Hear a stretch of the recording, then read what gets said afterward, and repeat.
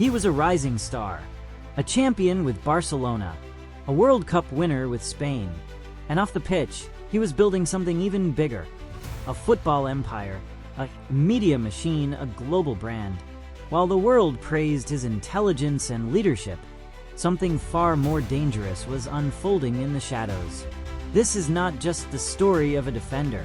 This is the story of how one of football's greatest minds I have gone too far. Imagine reaching the top of the world and then watching everything crumble. Not because of injury, not because of age, but because of a scandal so deep, it could shake the very foundations of football's credibility. Behind the millions, behind the cameras, and behind the carefully curated image of a retired legend, Gerard Piqué was involved in secret negotiations, deals worth millions, hidden from the public eye. And now, the consequences are finally catching up to him. But how did we get here? How does a national hero become a suspect in one of the biggest corruption cases in Spanish football history? Was Piqué just doing business? Or was there something darker, something more calculated behind it all? Was this just about moving a trophy or manipulating a system? You won't hear this on traditional sports channels. You won't see it on mainstream news. But here, on Soccer Lost Talents, we uncover the hidden truths, the ones they don't want you to see. And before we reveal the details, the real facts, and the shocking downfall of one of Spain's football giants, if you're someone who believes that football deserves honesty, if you're someone who still believes in the truth behind the game, go ahead, leave a like. It helps this story reach more people who need to hear it. What comes next will change the way you see Gerard Piqué forever. When Gerard Piqué announced his retirement from football, the world watched with admiration. A player who had won it all, Champions Leagues, La Liga titles, a World Cup, and a European Championship, was finally stepping away from the game. But no one imagined that the story was only just beginning. As the curtain closed on his career as a player, another, much darker chapter was already unfolding behind the scenes. For many, Piqué was more than just a footballer. He was seen as a visionary, a mastermind, someone who understood the game not only with his feet, but with his mind. And after football, he didn't fade into the shadows like so many other retired legends. He leaned into the spotlight, harder than ever before. With his media company Cosmos, he began reshaping tennis, streaming, entertainment, and football politics. But then came the negotiation, the one that changed everything. In 2020, a deal was struck between the Royal Spanish Football Federation and Saudi Arabia to move the Spanish Super Cup, one of the country's most prestigious competitions, to Riyadh. The move was met with immediate controversy, a competition so deeply rooted in Spanish football history, suddenly hosted on another continent. Fans, players, and journalists questioned the morality, the motivation, the money. And then, Piqué's name surfaced. It wasn't just that he supported the move. It wasn't just that he applauded the globalization of the game. It was that he was financially involved. His company, Cosmos, was revealed to have acted as an intermediary in the negotiation and profited from it. Not just a small cut, not just a token fee. We're talking millions. 24 million euros. That's how much Cosmos was reportedly set to earn for brokering the deal.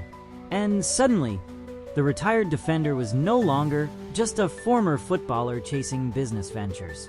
He was now at the center of a financial and ethical firestorm. Because the real question wasn't just how much money was made, it was how it was made. The Federation's president at the time, Luis Rubiales, a man with his own trail of scandals, had direct communication with Piqué during the negotiation. Leaked audios, conversations between the two, painted a picture far more intimate and strategic than either had ever admitted publicly. They didn't sound like a player and a president.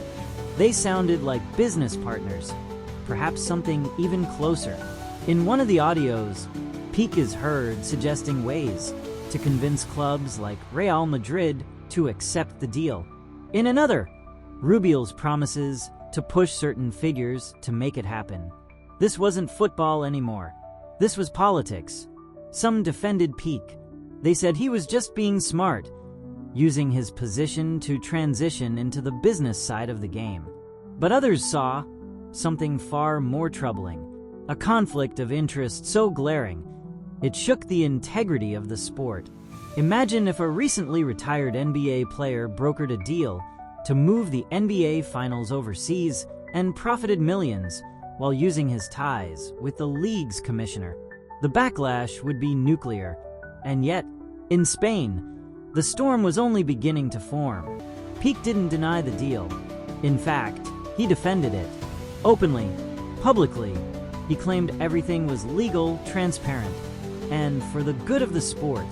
But legal doesn't always mean ethical. And in a sport already plagued by scandals, this one hit a nerve. Because it wasn't just about football anymore.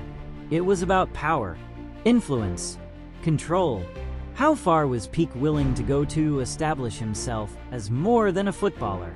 Did he cross a line that should never be crossed? Mixing legacy with leverage, sport with self-interest? Or was this just the beginning of a much larger web? Every detail, every leaked message, every carefully timed denial only added fuel to the fire. Fans who once idolized him began to question his intentions. Was he ever really just about the game, or was it always about what came after? And then, silence. As investigations mounted and pressure increased, Piqué did something unexpected. He stopped talking. The same man who once streamed daily on Twitch, who thrived on attention and media presence, suddenly went quiet. But silence speaks volumes, especially when the questions are louder than ever. Because what started as a business opportunity may have unlocked the gates to a far more dangerous arena. One where football is no longer a game, but a battlefield for money, manipulation, and hidden agendas. And Gerard Piqué was no longer just a player. He had become a symbol of ambition, of excess, and of how the beautiful game can be twisted from the inside. But what no one knew back then was that this was only the surface. The real storm was still approaching, and when the next piece of evidence dropped, it would take everything to a level no one expected. Since you like this type of content, subscribe to the channel. Here we reveal what no one else talks about. And now, the question grows darker. What else is being hidden behind the legend's smile? The silence surrounding Piqué didn't last forever, because silence, in the world of football politics, usually means one thing: that something big is about to break. And when it did, it wasn't just a headline, it was a leak, a document, a contract, an exclusive agreement surfaced, revealing in black and white what many had only speculated. Cosmos, PIQUÉ'S company, had secured a multi-million euro commission to act as the middleman between the Spanish Football Federation and Saudi Arabia. The amount, 24 million euros. Not a sponsorship, not a marketing fee, a hidden commission buried inside a larger, controversial deal that shifted an entire tournament to a country with a vastly different set of values, laws, and motivations. And who was right at the center of it all? Gerard Piqué. The leaked documents detailed how Cosmos would receive 4 million euros for each edition of the Spanish Super Cup held in Saudi territory. The agreement spanned multiple years. That meant that every time the teams took the pitch under the Arabian lights, Cosmos would get paid, regardless of who won, who played, or who watched. It was more than a business move. It was a power play, and now it was out in the open. But the real question wasn't just how much money was involved. It was the timing, the secrecy, and the people involved. Luis Rubiales, then president of the Royal Spanish Football Federation, was directly tied to the deal. Audios between Rubiales and Piqué, now public, exposed a relationship that went far beyond professional courtesy. The tone, the coordination, the strategy, everything pointed to a plan crafted in private, away from regulation and far from transparency. In one of the leaked audios, Rubiales assured Piqué that he would do everything possible to secure the deal, even if it meant pushing back against major clubs like Real Madrid. And Piqué, he wasn't just suggesting ideas, he was orchestrating them. Speaking about manipulating club decisions, calculating reactions, and maximizing profits, this wasn't the language of a retired player stepping into the business world. This was the language of a power broker. But why was it all kept hidden for so long? Some insiders believe the leak came from within the federation itself, a whistleblower disturbed by the level of control Piqué seemed to exert. Others suggest that pressure from sponsors or rival executives finally forced the documents into the public eye. Either way, when the contract surfaced, it triggered an avalanche. Media outlets scrambled. Fans were stunned. Politicians started asking questions. Conflict of interest became the term of the moment. Analysts dissected the deal line by line, exposing clauses that hinted at Piqué's silent control over the tournament's future. And all of it raised a disturbing possibility.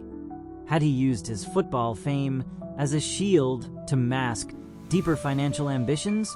Because no matter how legal the contract might appear, there was something undeniably off about it. The secrecy, the friendship with Rubiales, the absence of public debate, the manipulation of club executives behind closed doors. It painted a portrait of a man who had conquered football and then tried to conquer the machine behind it. Many of his defenders argued that Piqué had every right to build a business after retirement, that he simply saw an opportunity and seized it. But others, and the number grew by the day, couldn't shake the feeling that something sacred had been violated. The values of the game, the idea that the sport belonged to the fans, not the elites behind boardroom doors. This wasn't just about money, it was about influence and trust. And what happens when a beloved athlete crosses a line that many didn't even know existed? Still, there were questions that remained unanswered. Why were certain parts of the contract redacted in the initial leaks? Why hadn't the Federation disclosed the deal when it was first signed? Was Piqué the mastermind of a clever business empire?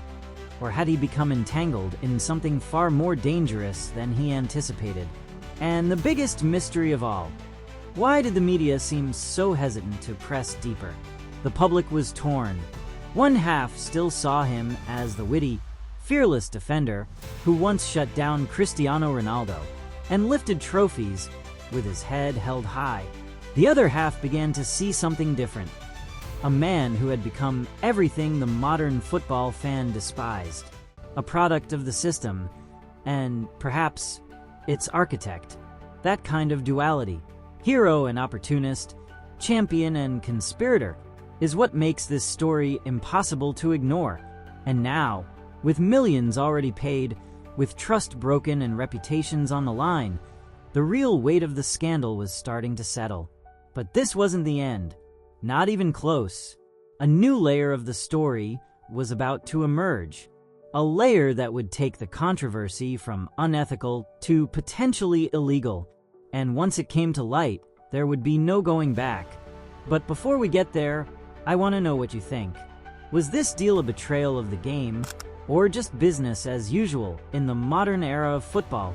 Drop your thoughts in the comments below. What happens next will blow this story wide open.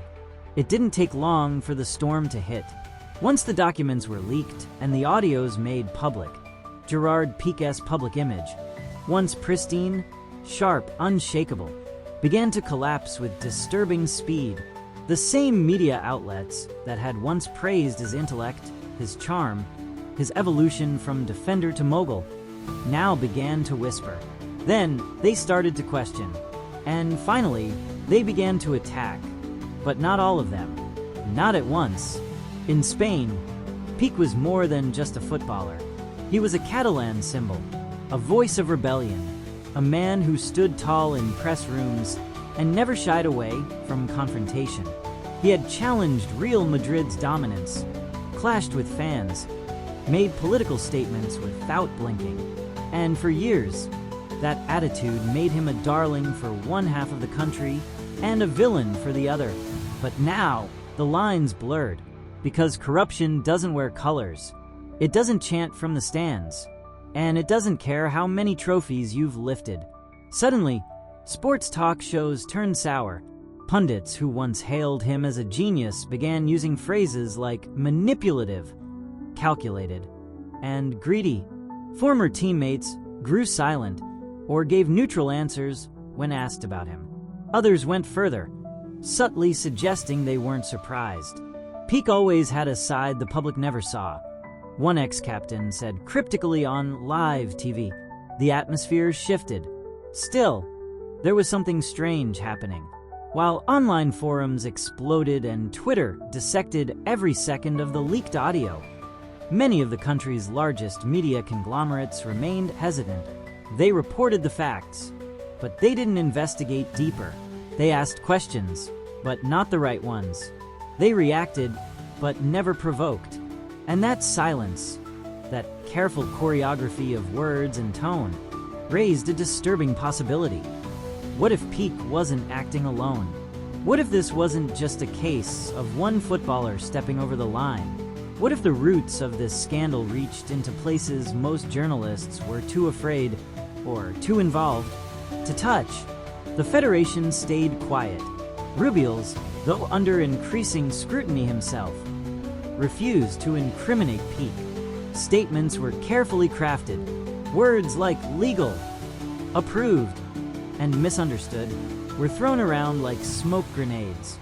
But none of it erased the sound of that audio. That casual tone between a retired player and the most powerful man in Spanish football, discussing strategy, influence, and millions. People began to wonder, how many other deals had been made this way?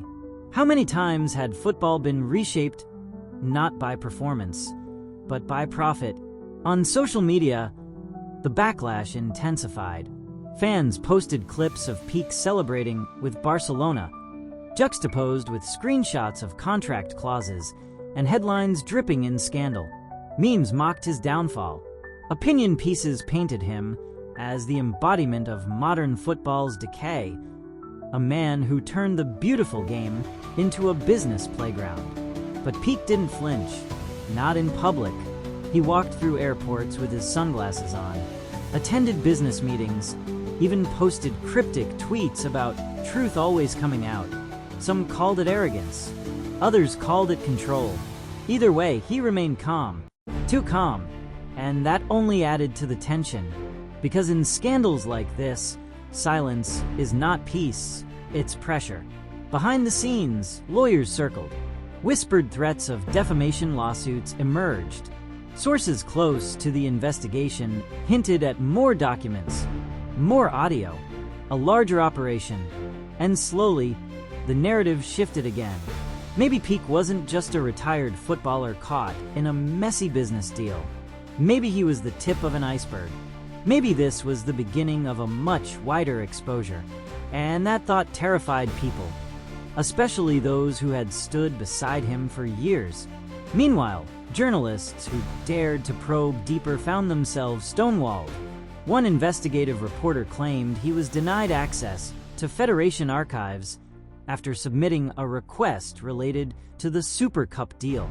Another hinted that a major news outlet had pulled an exposé at the last minute. No explanation, no apology. What was being protected? And more importantly, by whom? This wasn't just about sports anymore. This was about power.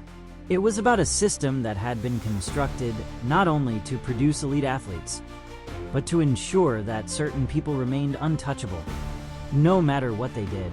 And Piqué, knowingly or not, had become the symbol of that system. A system that smiled on camera, shook hands in stadiums, and hid million-euro contracts in locked drawers. The weight of public opinion was shifting faster than ever. For every fan that defended him, arguing that he had earned his influence, there were dozens who no longer saw the hero. They saw the mask. They saw what fame and access could do when left unchecked.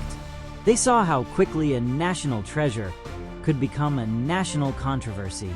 And still, one question burned hotter than the rest. If this is what we know now, what's still being kept from us? Hit the like button, because what comes next will dig even deeper into the shadows. And it only gets darker from here. While the scandal surrounding the Supercopa deal ignited suspicions about Gerard Piqué's role in the shadows of Spanish football, it was just one piece of a much larger puzzle. Because by the time that deal had exploded into headlines, Piqué was no longer just a retired footballer. He was already something else entirely, an empire. And that empire had a name, Cosmos. Cosmos wasn't just a vanity project. It was Piqué's bold declaration to the world that he would no longer play by the same rules as everyone else. Launched with high ambition and strategic partnerships, the company set out to revolutionize global sports, media, and entertainment. It acquired the rights to the Davis Cup and rebranded it with a controversial new format. Critics called it disrespectful. Visionaries called it genius. But behind the scenes, Cosmos was something else. A nerve center for Piqué's expanding control. At the same time, Piqué leaned into the digital era with a confidence that bordered on arrogance. His collaborations with Twitch streamers, particularly the charismatic Ibai Llanos, positioned him not just as a sports personality, but as a new kind of influencer. One who blurred the lines between athlete, executive, entertainer, and provocateur. He streamed games, commented on matches, even broadcasted private dinners and business meetings with a casual, controlled bravado. And people watched. In millions. He wasn't just surviving post-retirement. He was thriving, at least on the surface. But power, real power, is never just about visibility. It's about control. And that's where the real questions began. Because while Piqué dazzled audiences with live content and self-deprecating jokes, Cosmos was making silent moves. In the background, the company's reach stretched deeper into media rights, esports, club investments, and international event management. That's when the speculation began to evolve into fear. Some insiders started speaking off record. Anonymous sources whispered of business meetings that blurred ethical lines, of partnerships forged not in public, but in hotel rooms and closed offices, of deals shaped by handshakes, not boards. And behind all of it, the same grin, the one that fans once associated with post-match confidence, now felt like something else. The more his face appeared on screens, the more his name flooded headlines, the more people began to question. Who, exactly, was Gerard Piqué becoming? Was this the same man who once stood at the backline of Camp Nou like a wall of pride? Or had that man been replaced by someone driven by a hunger far greater than victory? Because that's the thing with legacy, it's fragile. And in the age of instant fame and silent deals, even the greatest can fall, without ever realizing they were slipping. One report claimed that Piqué had personally pushed for exclusive streaming rights to regional football competitions. Another hinted at his influence over player movements through indirect investment networks. Cosmos was growing fast, but without the checks and balances of a traditional sports institution. And that kind of rapid expansion often hides more than it reveals. Ibai, his friend and partner, remained loyal throughout. But even fans began to notice how carefully curated their appearances had become. What once felt spontaneous now felt scripted. The digital intimacy that had drawn people in was starting to feel rehearsed. Piqué's critics argued that he had mastered the art of performance, not just on the pitch, but everywhere else. That he had weaponized his celebrity, his charm, his connections to construct an illusion of transparency, while orchestrating something far more complex beneath the surface. Others defended him fiercely. They called him a disruptor, a necessary evil in a world of stagnant football politics, a genius who refused to retire his brain just because he retired his boots. But even those voices started to hesitate when new reports emerged: contracts, figures, offshore interests, overlapping roles between cosmos and governing bodies. How many hats can one man wear before they collapse under the weight of their own ambition? What became painfully clear is that Piqué's empire was no longer just about innovation. It had become a symbol of modern football's most dangerous game. The merging of influence, money, and visibility in the hands of one individual. It was no longer just about Gerard Piqué. It was about everything he represented. The new era of football, where power hides behind charisma and corporate logos, where the game is played off the pitch with stakes far higher than trophies. If you've made it this far, you already know this isn't just another sports story. It's something darker, deeper, the kind of truth that makes people uncomfortable, and the kind of legacy that's written not in goals, but in hidden documents and empty press conferences. Since you enjoy deep, unfiltered stories like this, go ahead and hit that subscribe button. What's coming next is where the darkness finally starts to surface. The name Luis Rubiales had already been floating in the air like smoke before the fire erupted. As president of the Royal Spanish Football Federation, he was never far from controversy. But what happened next would ignite a chain reaction that pulled Gerard Piqué deeper into the storm. When Rubiales fell, he didn't fall alone. He brought the secrets with him. And in those shadows, a disturbing pattern began to emerge. For years, Rubiales had operated as a strongman figure, confident, politically savvy, and unafraid to step on toes. His leadership polarized the footballing world in Spain, but few denied his reach. Behind closed doors, his influence shaped decisions far beyond the pitch. Appointments, investments, tournament formats, international negotiations. And in this quiet labyrinth of power, one name kept reappearing: PIQUÉ'S. Their connection was more than professional. It was strategic. It was calculated. It was personal. Leaked WhatsApp messages and recorded calls between Rubiales and Piqué painted a picture of two men not only working together, but building something together. A relationship far more intimate than the public had ever seen. One particular audio sent shockwaves through the football community. Rubiales casually discussed payment structures with Piqué, not as if he were an external consultant, but as if he were part of the Federation's inner circle. Their tone was relaxed, confident, full of mutual trust, and unmistakably coordinated.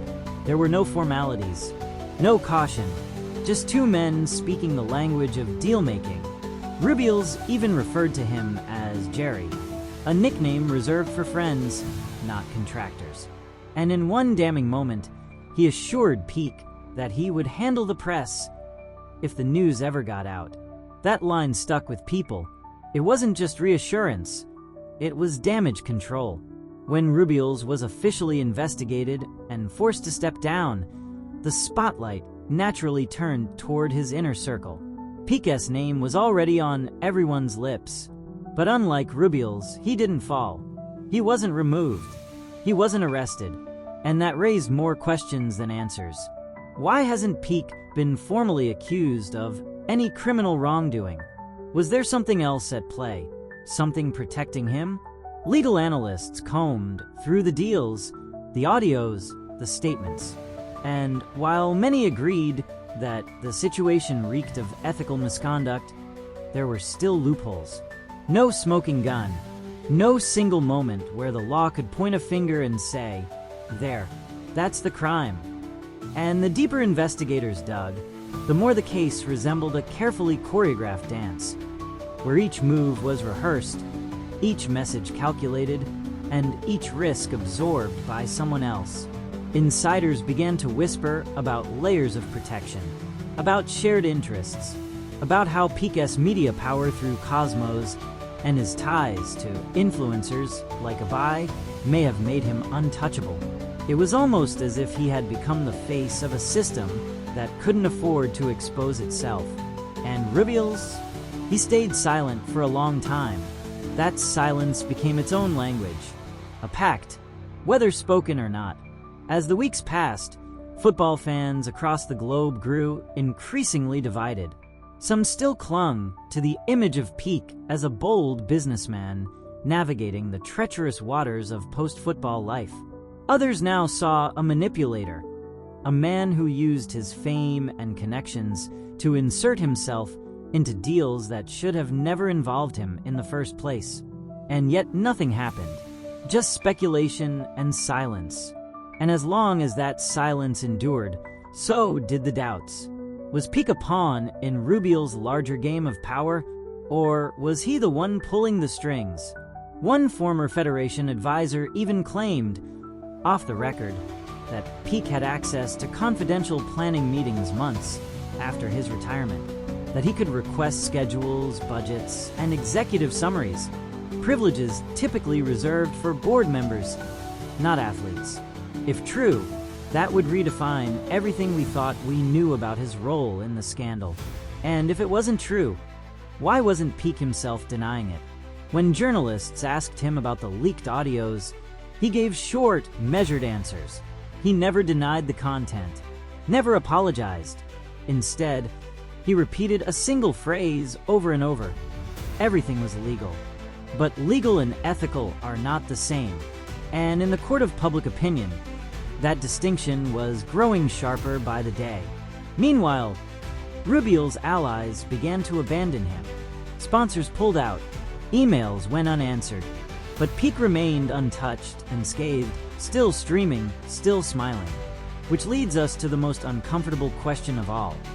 What did Rubial's know about Piqué that made him protect him until the end? Comment below. Is Piqué innocent? Or is he the mastermind we failed to see coming?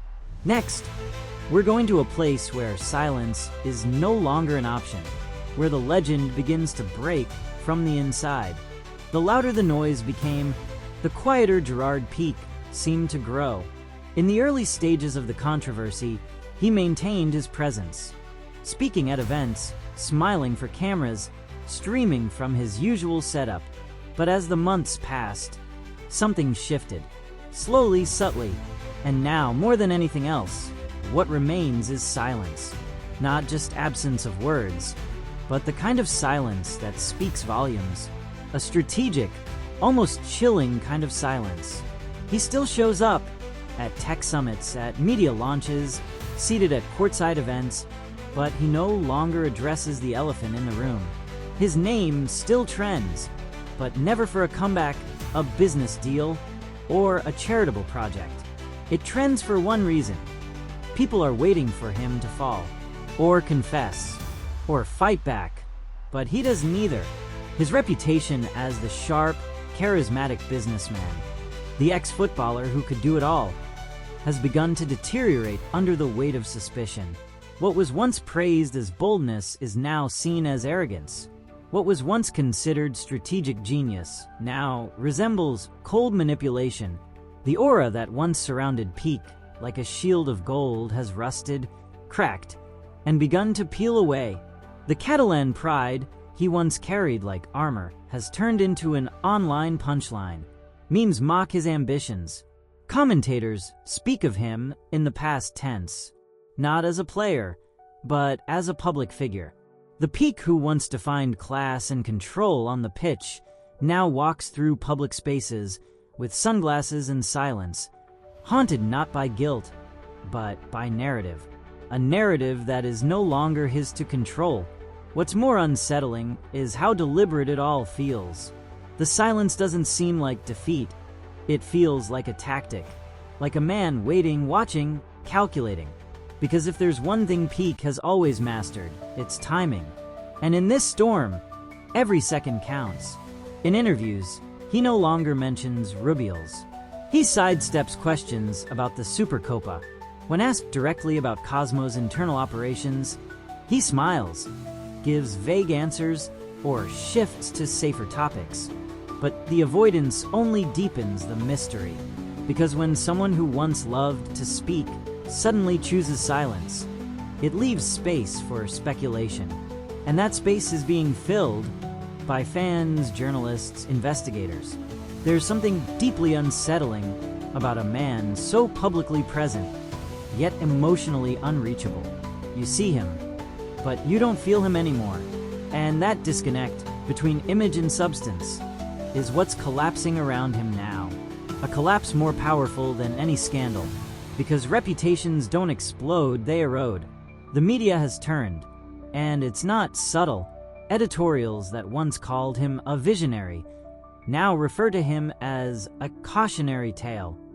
Analysts now dissect his past with a tone of inevitability, like this was always coming, like the signs were always there, and we were just too enchanted to notice. His streaming audience is dwindling. The comments beneath his content have shifted from admiration to interrogation. His ventures, once headlines, are now footnotes. Brands that once rushed to stand beside him are slowly stepping back. No press releases, no public cuts, just distance. And in that distance, something even more dangerous begins to grow. Doubt. Not just in Piqué, but in everything he built. Was Cosmos ever truly successful? Or was it all perception? Cleverly manufactured through relationships and reputation? Were the deals he brokered genuinely transformative? Or were they illusions dressed in innovation? For a man who once claimed control over his narrative, that control is slipping fast, and yet he refuses to fight back. No legal countersuits, no public addresses, no interviews clarifying his position, just that same silence. And now, people are starting to wonder, what is he protecting? Because when a man like Piqué, so calculated, so ambitious, chooses silence, it's never just about shame. It's strategy, and strategies have objectives. What if this isn't a man who's been cornered? What if it's a man who's already moved 3 steps ahead, waiting for the rest of the world to catch up? The danger in silence is that it fills the void with imagination. And in Piqué's case, the imagination of the public is far more terrifying than any truth he could offer. In his absence, his legend is being rewritten, not with goals and glory, but with doubts, data, and unanswered questions. Click the video that's now on your screen and discover the most unbelievable case the media never wanted you to see. You won't believe what they did to him. This is the real face of modern football, and it's about to get darker.